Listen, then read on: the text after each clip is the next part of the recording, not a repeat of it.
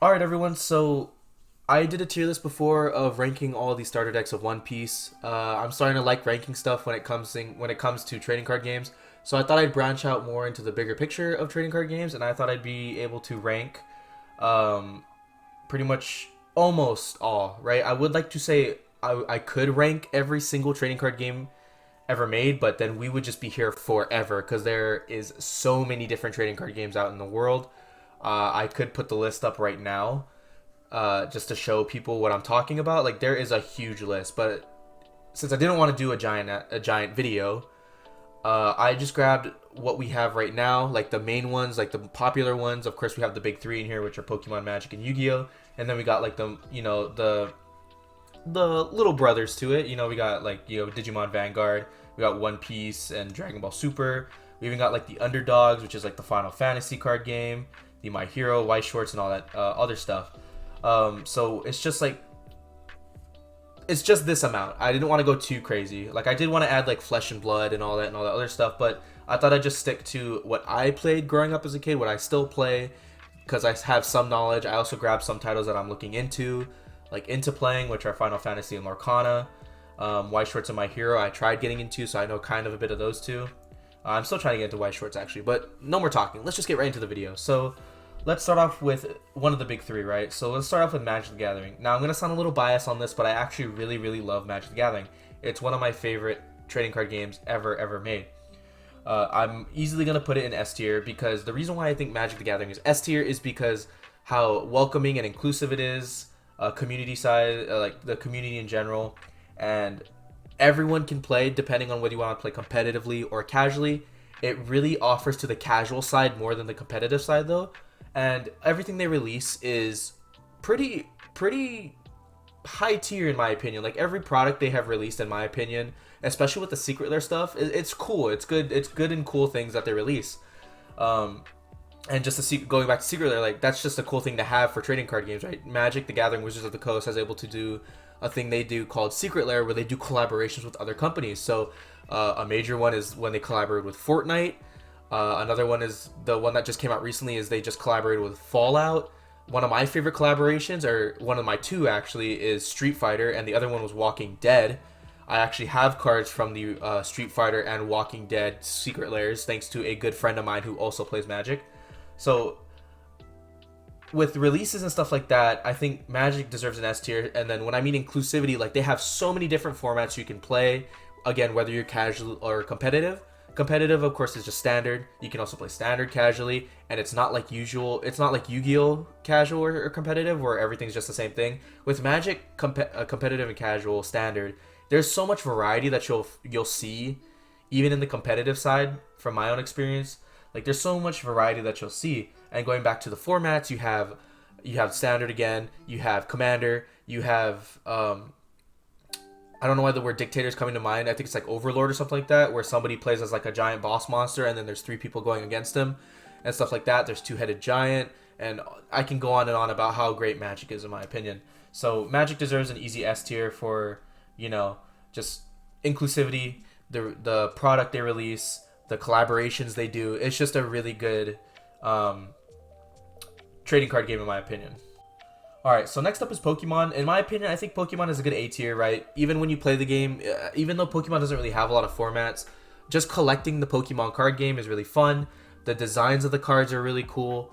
And later sets on down the line, especially when I was growing up, released different types of I guess they technically do have formats. The technicality is that like EXs, VMAXs, team ups, all the different types of like super rare cards or ultra rare cards you get are different formats through technicality. So they technically do have different formats. It's just that if you want to play competitively, the formats are always changing depending on what type of ultra rare they have. So like before it was VMAX, now we're back to EXs, and before VMAXs it was it was GXs and team ups and all that nonsense. So when it comes to playing, right, casually it's fun to play. It's super fun to play casually. Competitive, if you want to keep up with the different formats and always having to buy new cards for like EXs, or you want to go back to VMAXs and all that nonsense, you have to buy like packs. And it's mostly A tier because of that. It would be S tier, but like pricing for Pokemon is really hard to get into because like if you want to get into older formats, right, you got to get the older cards, and packs for those cards are like super expensive now because people are mostly looking at Pokemon as a reselling thing instead of, you know, the actual trading card game. So it's most likely the pricey side that makes it kind of hard to make it S tier. But in general, like Pokemon as a trading card game, again, really cool designs of cards, especially with later sets coming that has come out and that are coming out, and just, you know, they also, same with Magic, they also have a official simulator that works pretty well. And the way you get more cards is when you buy packs, you get a code card, and you get to put that code into the simulator, and you get another pack. So you technically get 2 packs for the price of 1. It's just one's physical, one's more digital. So yeah. Next up is Yu-Gi-Oh! Now, Yu-Gi-Oh! Will always be in a special place in my heart, right? Because this is the game, even though I love Magic a lot, Yu-Gi-Oh! Is where I started my trading card adventure. Yu-Gi-Oh! Is where everything began for me. And when I started Yu-Gi-Oh! It was on the end tail of GX and at the beginning of 5Ds. So fusions and synchros is my jam. That's where I started. However, though, when it comes to playing, right, we don't really have a lot of formats. I think as of right now, we only have technically 3. If you really want to count Speed Duel as a format, sure, but nobody really plays Speed Duel. We technically only have 3, which is Cross Duel, Standard, and Tag Duel. So it's the format, the variety of play isn't really there for Yu-Gi-Oh, but playing casually, super, super fun. Especially when you have friends to play it with. Same thing goes for Magic. That's why Magic goes S tier. Magic has a format, which is, I said earlier, which is Commander. Commander is so much fun when you have friends to play it with. Same thing for Yu-Gi-Oh! If you have friends to play with casually, the variety in Yu-Gi-Oh! And how many different things you could play, like you could go back to the old stuff, you could go to the new stuff if you really want to, and with all the different type of stuff you get in your extra deck, you know, fusions, synchros, Xyz, pendulums, and then links. It's cool to see all these different types of things that you could play off of and play into, and just combining monsters, using spells and traps is just a really cool idea to like trick your opponent pretty much, and like surprise your opponent. I also forgot there's technically another format. I think it's more community based though. It's called Edison, where everyone goes back to like the old school stuff. So like stuff that I grew up with, like GX and 5Ds. It's all Edison stuff. It's called Edison, and it's all old school stuff. So that's like the stuff I'm looking more into now, because all the new stuff when it comes to competitive, all the new stuff is just like the same old thing every single time, and it gets really, really boring in my opinion. But like the idea of chaining, like stacking is cool, like with abilities. It's really, really cool, and Magic has that same thing. Like the reason why Magic is S tier for me is because it's pretty much like Pokemon and Yu-Gi-Oh combined. And even though these are considered the big 3 of trading card games, like think of Magic as like both these two combined into one. So like Yu-Gi-Oh will always be, again, in a special place in my heart. It deserves A tier. It has a lot of stuff going for it, but it's mostly bottom of A because of the scene that comes with it right now, which is competitive, and pretty much the pull rates in packs as well, in my opinion. The pull rates in packs aren't as well rewarding as like Pokemon and Magic are. I mean, Magic pull rates aren't as good either, but you still get some good cards when you pull stuff from Magic. Like, because of all the different formats Magic has, any card you pull out of a pack can be used in something. It can be played. When it comes to Yu-Gi-Oh! And Pokemon, cards that you pull can't really be used in anything unless it's meta or it's something you feel like building. So yeah, Yu-Gi-Oh's A tier. Now, next up is Dragon Ball Super Card Game. If you could tell, I have Fusion World as well. I would like to rank these both separately because they are technically 2 different games now. The reboot is its own little game now, even though it has similar, pretty much, it's like 99% the same as Dragon Ball Super Card Game, just like with 1% changes. Dragon Ball Super Card Game, I'd say in my opinion, it's a C tier, right? Because we have Fusion World now. Fusion World's like a little, like way better, but it's not bottom of C tier in my opinion for me, because like the cards are just really nice. The plays you can get off in the game are really fun to do. Leader abilities are really cool. The variety of different like cards that are in the deck in the game with all the different leaders, even though we have it had like a bunch of Gokus. There's just so many things you could do in the first version of Dragon Ball Super Card Game, and after they rebooted it, the cards are still there. You can still play the old school Dragon Ball Super Card Game. So it's still there, right? There's no other formats, which is why it's also C tier. Same thing with Dragon Ball Fusion World. As far as I know, there's no other formats. There's only the normal basic one that we have. So if you can notice, after the 4th ranking, which is Dragon Ball Super card game, one of the main benefactors of me ranking these different trading card games is playability and variety of playability. Like, a card game that has many different formats is a card game that will thrive because it caters to a lot of different people that like the product. That's why the big three are like, that's why they're the big three and they've survived this long, because they have different formats, they have variety of playability, whether it be the different formats or the stuff you pull from your packs. So Dragon Ball Super card game, C tier for me. Pretty much the plays you do are cool, and then the cards that you pull are really cool looking. Since I ranked Dragon Ball Super card game 2016, I guess I'll rank Fusion World next. Fusion World C tier. It's C tier for me. As much as I love Dragon Ball, right, as an anime, the card game is fun to play. Like, both of these are fun to play. However, it's one of those card games that kind of don't really... Again, not to mention, it only has one type of format, so variety of playability and different playability standpoints is already down the toilet for it. But it's one of the card. It has a very. I'll rank One Piece next because these three, all three of these are made by Bandai Namco, right? And I feel like when Bandai Namco makes a game, and since they've made 3, we've had 3 examples of it, to where what I'm trying to say is, like, these 3 games, I'm not going to say they promote bad players, but it promotes not having consequences. Like, people can get stuff off in One Piece, Dragon Ball Super card game, and 2016 Super card game.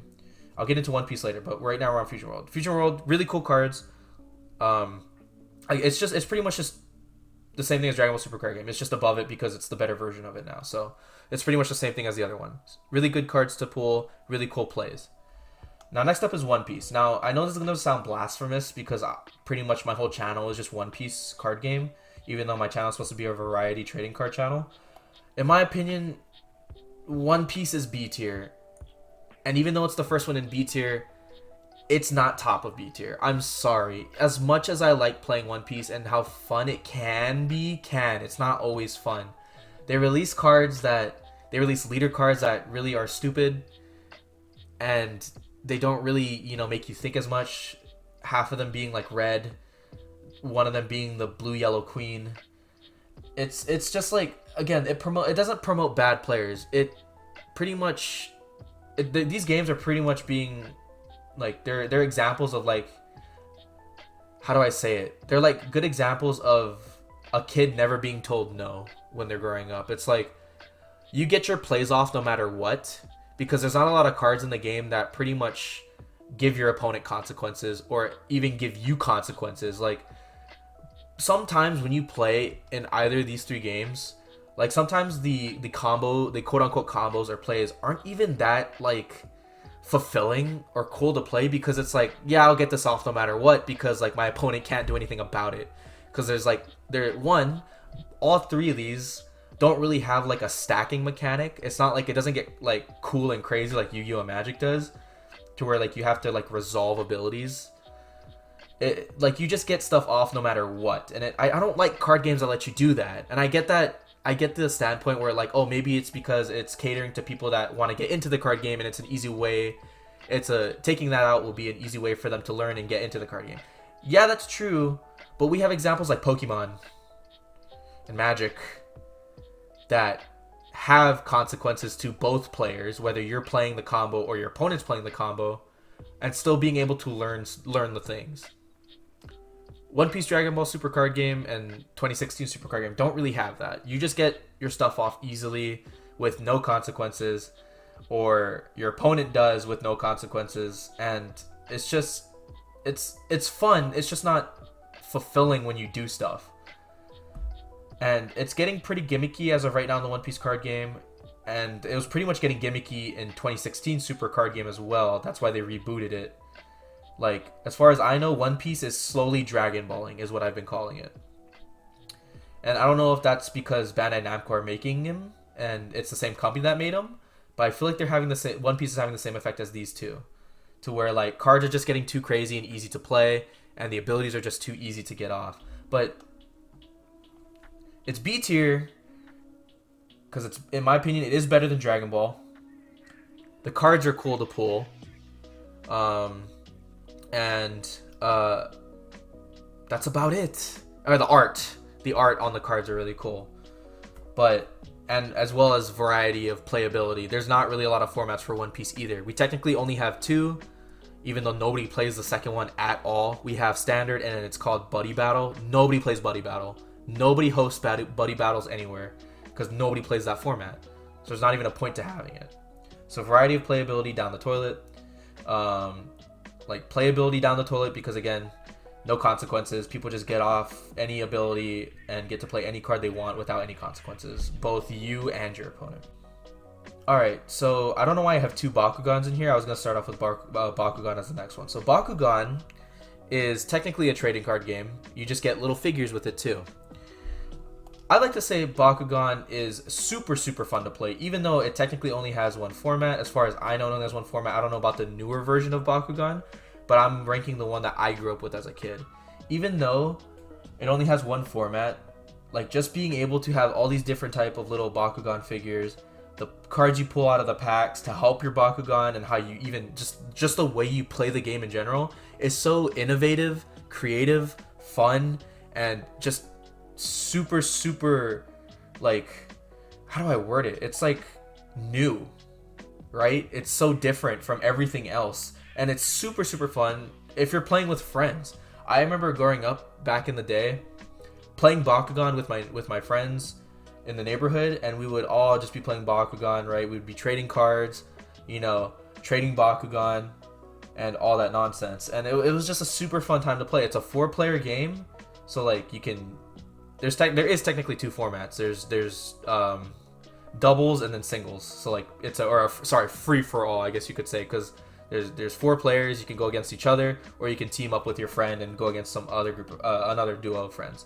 Bakugan was just a super fun and new and creative game that came out, and I'm glad that it survived this long in order for it to get like a newer version of it. It's really fun. It's really, really fun. I still have some of my old Bakugan. It's so cool that I hope that one day it gets somewhat more popular again to where people are playing it everywhere. It's such a cool idea. Next up is the Final Fantasy card game. Now, I haven't really played the Final Fantasy card game, but I do have cards for it because if you don't know, Final Fantasy is one of my favorite video game series. So having a card game of it was really cool to hear. And after buying some cards, the art is actually, it's not crazy, right? Like, like the special arts you can get in Magic, or like the ghost rares you can get in Yu-Gi-Oh, or even the full art alternate arts of Pokemon, or even the manga rares of One Piece.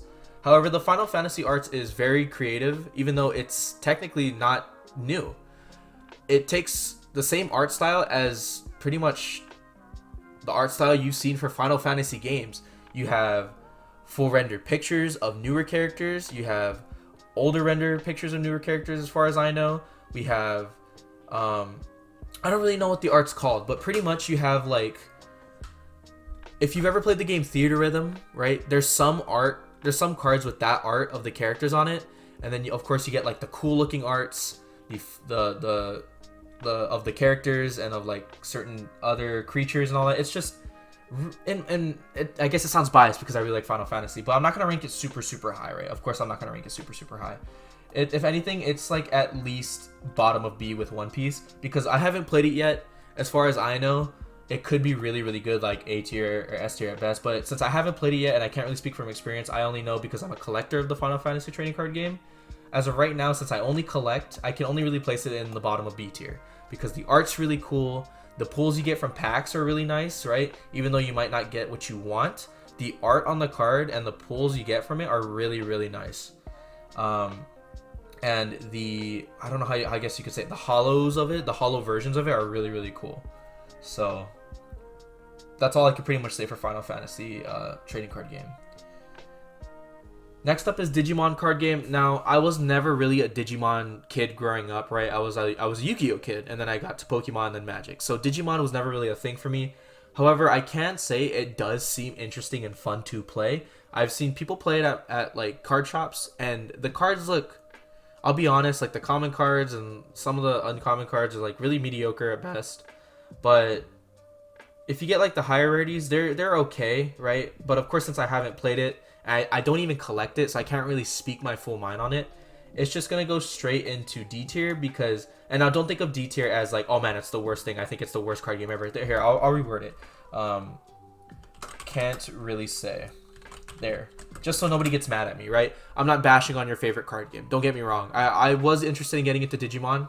It's just that I was never a Digimon kid growing up, and I don't know if I'm ever gonna get into it. But I will say some of the cards do look really mediocre, and as far as I know, it's not as big as like, you know, Dragon Ball Super card game or even Vanguard. Surprisingly, it's not as big as Vanguard. I think, you know what, in my opinion, I think they're on the same par with each other. I think they're like tied for community size. You know what, just so I have an F tier now. So this one's gonna be straight up F tier, and we're just gonna put MetaZoo in F tier. And here's the reason why I think MetaZoo's F tier, right? I've opened MetaZoo on my channel, and that was the first time I've ever opened a MetaZoo pack or box in general. It looks interesting, right? The idea of using cryptids is interesting. I'll give you that much. However, playability, there's literally no playability because there's no community for it anymore. Because one, the creator screwed everybody over, and two, there's not enough cards to even play because there's not enough releases anymore of the game. So like the game's pretty much just tanked. It's one of the worst card games ever made, you could say, because the creator of it's not supporting it anymore. He screwed all of his people. He screwed all the people that were supporting him over. And like, I'll give you the benefit of the doubt, right? The card art looks really nice, and it's the only card art or card game that uses the card art like that, where it's like pastel and like it looks like a storybook because it's based on cryptids. So it's a really good art for the card, especially with the idea of the card game that it is. So MetaZoo has pretty much that. That's all it's going for, is the art's really interesting. That's about it. Next up is Vanguard. Now Vanguard is a card game I am looking into getting into. I do like the idea of drive systems where like you take cards from the top of your deck and all that. Like your deck is your life. Like that's an interesting idea for card games. The card art for the games are really fun looking. They're really interesting looking, especially the angels that I've pulled from packs that I've opened. Now, I guess I should also state that I'm ranking Vanguard on when Vanguard like first came out, because that's when I got into collecting Vanguard. So like it's like the very beginning of Vanguard for me. I don't know anything about the newer stuff, but just by collecting it, I'd say it's at least C tier. I think Vanguard's worth a C tier in my opinion. Because the reason why Digimon's here, right? Again, I haven't played it and I don't collect this. I can't really say. But for Vanguard, since I do collect it, I have some of my own opinions about it. Like, you know, pull rates, art. Don't really know about playability, but I know that the community size for it is faithful and it's still good. Like I said, I think Digimon and Vanguard community size are on the same like length. Like they're the same size. Like one's not bigger than the other. It's got a good faithful community size to it. Vanguard does have some nice cards though, and when you get a prismatic rare of it, I'm just gonna call them prismatic rares. When you get like rares or like holographic prismatic rares of the cards, they look really nice with the art that they have. Okay, so My Hero Academia, straight up bottom of C, right? I collected it. I've opened a few boxes on the channel, few packs on the channel with a friend of mine. Really confusing, hard to play, and some of the card art is just really lackluster and boring, because 99% of the card art is just taken straight from the show, just like resoluted up a little bit. However, some of the card arts you get that are really cool are mostly of like the SRs, which are really cool. Like those are original arts. But like the game straight up, like it's not unplayable like MetaZoo, but it's just like it's not as fun to play. It's kind of just there. So that's all I can really say about My Hero. For White Shorts, I really like White Shorts. In my opinion, I think it's way better than Dragon Ball. And here's why, right? I think the mechanics of White Shorts are really, really cool and interesting. Because the whole theme of White Shorts, think of the trading card game as like the theme is supposed to be like a giant play, and you're on a stage, and the characters you play are from different like anime, surprisingly. And then there's some like other things for White Shorts, like as far as I know, there's like a Star Wars White Shorts and a Disney White Shorts, but those are only in Japan because copyright laws here in America. So Japan's the only ones that's able to get the Japanese stuff. But think of it like a giant play. That's why every character, like every deck, is based off of like shows, and it's all like most of 99% of it is anime. So I have like an Attack on Titan deck. I have a Nisekoi deck. Like there's so many different decks you can get for White Shorts of different anime, and you can only play decks that contain the same characters from the anime. Like you can't have Attack on Titan characters working with Ruby characters, because Ruby is another set I bought as well. I also have a Ruby deck because they collaborated with Rooster Teeth to make Ruby into the game. So like you can't have Ruby characters working with Attack on Titan characters. You have to stay. It's a pure deck. I think that's also why I like White Shorts. It doesn't beat the Final Fantasy. You know what? No, I have played White Shorts enough to say. So I can't technically say it's above Final Fantasy, right? So, like, it would technically be in B tier because I've technically played White Shorts. So, and the playability of it's actually really fun. As far as I know, there's only one format. However, I've only played it a little bit, but just playing it a little bit, the mechanics are really, really interesting with the clock mechanic. The way you summon things is really cool. Again, it's a whole stage. So, like, you're using your clock mechanic to summon out, I think it's called the clock mechanic, I don't remember exactly what it's called, and you use those to pay for the amount you need to play a character, and you can only have about 4 characters on stage. There's front stage, back stage, and then the rear stages, and it's like a giant play, which is a really cool idea. It's a really, really cool idea with a really, really cool mechanic, and it's a card game I really like to get into, especially me and my friend, the one that I've opened up packs on the channel with. Like, even he has agreed that it has a really, really interesting mechanic, and if we were ever to able to get it down to like spot on perfectly, we'd be playing White Shorts a lot more. But we never really got into it as much because then One Piece card game came out. So, but like being able to play it a little bit and learning about the interesting mechanics and the card arts are really cool. Not to mention, it's I think the only card game that releases special rarities. Like One Piece has manga rares, Yu-Gi-Oh has like ghost rares, right? White Shorts has their own special rarity called signature rares. I don't think they're called signature rares, but that's what I call them. They have like their own little ranking of rarities. There's signature rares where you can pull a card that has the signature of the character. So like it would be the I think it would be the voice actor. I don't know, but like you could get the signature of the character on the card, which is really cool. It's a really cool idea. I'm surprised most card games don't do that, especially when they have like anime card games and they don't release cards like that. I mean, the closest one we've gotten is One Piece, and we've just gotten that recently, where Eiichiro Oda, the creator of One Piece, signed a Luffy card, and you could pull it from a pack. That's like the only card game that's done that. And White Shorts is like the leading card game in that genre of having signature rares, which is really, really cool to pull. That's such a cool idea of a rarity for a card game. So yeah, B tier. I'll put it in B tier. Right, and lastly, finally at the end of the video, just like the last one, my tier list videos are so long. We're gonna try to get through this last one very, very fast. So Lorcana, haven't played Lorcana, been looking at getting into Lorcana, mostly because I like Disney, right? When I mean Disney, I mean like the old school Disney, not the new school, not the new stuff that Disney's releasing, because all the new stuff Disney has released is like garbage. Lorcana has released decks like based on the older Disney stuff. Like I've been looking at getting into a Mulan deck that's gonna come out in the next set. Hopefully I can get some of that. If not, then oh well. I'm sorry. I guess I'm never gonna play Lorcana ever in my life. The Fantasia set looks really cool with Sorcerer Mickey, which is really cool. And then Lilo and Stitch even has some stuff, which is really cool. So they have a lot of stuff from Disney movies that I like. Hopefully they do stuff with Pixar, right? And they get Toy Story and Monsters Inc. in there too. And then I'll definitely be playing it because those are my 2 favorite like Disney movies ever. But Lorcana looks really nice, right? It has like, even the art looks like original Disney art that you would see in like back in the day. So like the card art looks like original Disney card art.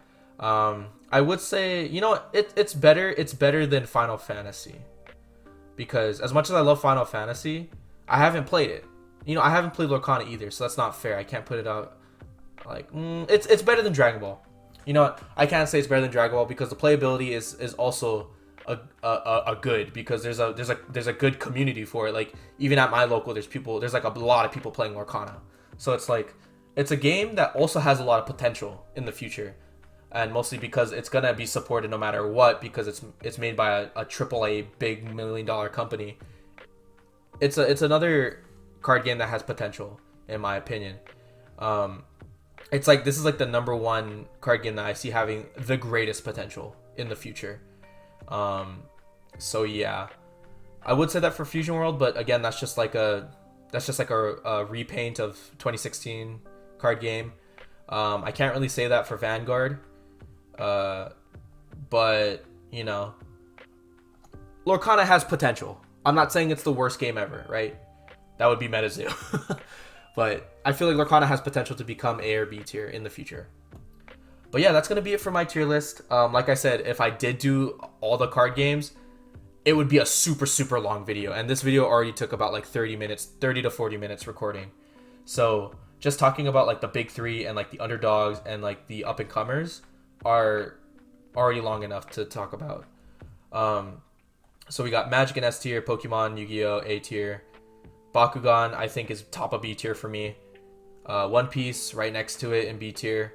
White Shorts, Final Fantasy, Lorcana. Fusion World, 2016 Super Card Game. Vanguard, My Hero, Digimon, and then we have MetaZoo at very, very bottom. So that's going to be my tier list. Hopefully what I said made sense in this whole video. Hopefully you find some common ground with me, right? Hopefully you don't bash me on my opinions.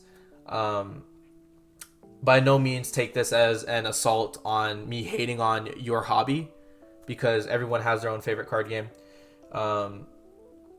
In my opinion, Magic's in S tier, and nothing's competing with it as of right now.